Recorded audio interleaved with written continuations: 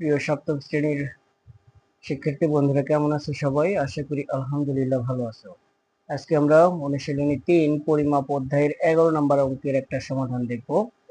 আমাদের 11 নম্বর অঙ্কটি রয়েছে, একটি আয়তাকার ক্ষেত্রের দৈর্ঘ্য প্রস্থের 3 গুণ, এর চারদিকে একবার প্রদক্ষিণ করলে 1 কিলোমিটার হাঁটা হয়।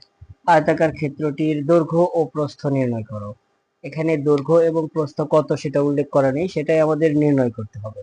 কিন্তু একটা নমুনা দেওয়া আছে, সেটা হচ্ছে দৈর্ঘ্য যেটা হবে, প্রস্থ যেটা হবে তার 3 গুণ হবে দৈর্ঘ্য। এই ক্ষেত্রে আমরা ধরে নিতে পারি আয়তাকার ক্ষেত্রের প্রস্থ ক মিটার,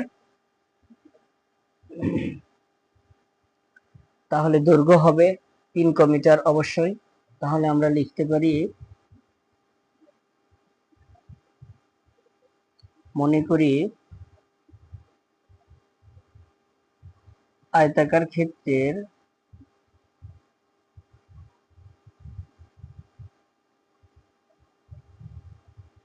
প্রস্থ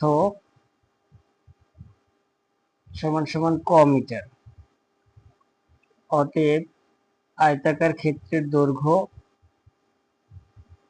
সমান সমান 3 ক মিটার, কেননা প্রস্থের 3 গুণ হচ্ছে দৈর্ঘ্য, তার মানে 3 গুণ ক না লিখে একবারে আমি লিখলাম 3 ক মিটার। ঠিক আছে।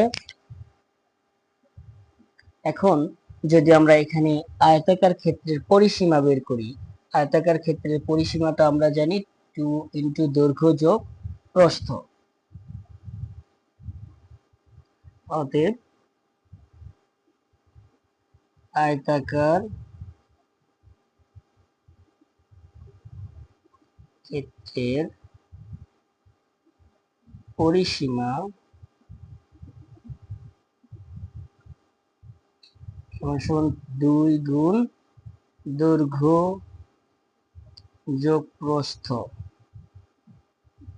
তাহলে 2 গুণ দৈর্ঘ্যটা হচ্ছে 3 ক যোগ প্রস্থ হচ্ছে ক, সমান সমান 2 গুণ 3 ক আর 1 ক যোগ করলে হবে 4 ক মিটার, সমান সমান 2 আর 4 ক গুণ করলে 8 ক মিটার। এখানে আমাদের আয়তাকার ক্ষেত্রের চারদিকে প্রদক্ষিণ করলে 1 কিলোমিটার ঘোরা হয়, অর্থাৎ আয়তাকার ক্ষেত্রের পরিসীমাটা হচ্ছে 1 কিলোমিটার। অর্থাৎ 1 কিলোমিটারকে আমরা মিটার বানাবো এবং 1 কিলোমিটার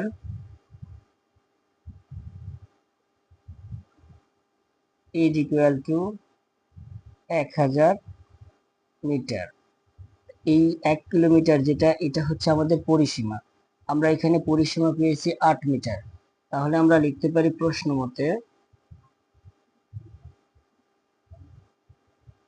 8 ক সমান সমান 1000 বা ক সমান সমান 1000 ডিভাইডেড 8। অতএব ক সমান সমান, যদি এটাকে আমরা ভাগ করি অর্থাৎ কাটাকাটি করি, তাহলে আমরা পাবো 8 কে 8, 2 0, 8 দুগুণ 16, 4 4 5 8 40, 125। তাহলে ক এর মান পাচ্ছি আমরা 125, অর্থাৎ আয়তাকার ক্ষেত্রের প্রস্থটা হচ্ছে 125 মিটার। অতএব আয়তাকার ক্ষেত্রের প্রস্থ ইজ ইকুয়াল টু, অর্থাৎ সমান সমান 125 মিটার, এবং আয়তাকার ক্ষেত্রের দৈর্ঘ্য কত হবে? প্রস্থের 3 গুণ, অর্থাৎ এটার 3 গুণ, 3 ক যেহেতু আমরা এখানে পাইছি 3 ক মিটার। তাহলে এবং আয়তাকার ক্ষেত্রের দৈর্ঘ্য সমান সমান 125 গুণ 3 মিটার, সমান সমান 375 মিটার। তাহলে আয়তাকার ক্ষেত্রের দৈর্ঘ্য পেলাম আমরা 375 মিটার, আর প্রস্থে পেলাম 125 মিটার। অতএব আয়তাকার ক্ষেত্রের দৈর্ঘ্য 375 মিটার এবং প্রস্থ 125 মিটার। এটাই হচ্ছে আমাদের অ্যান্সার।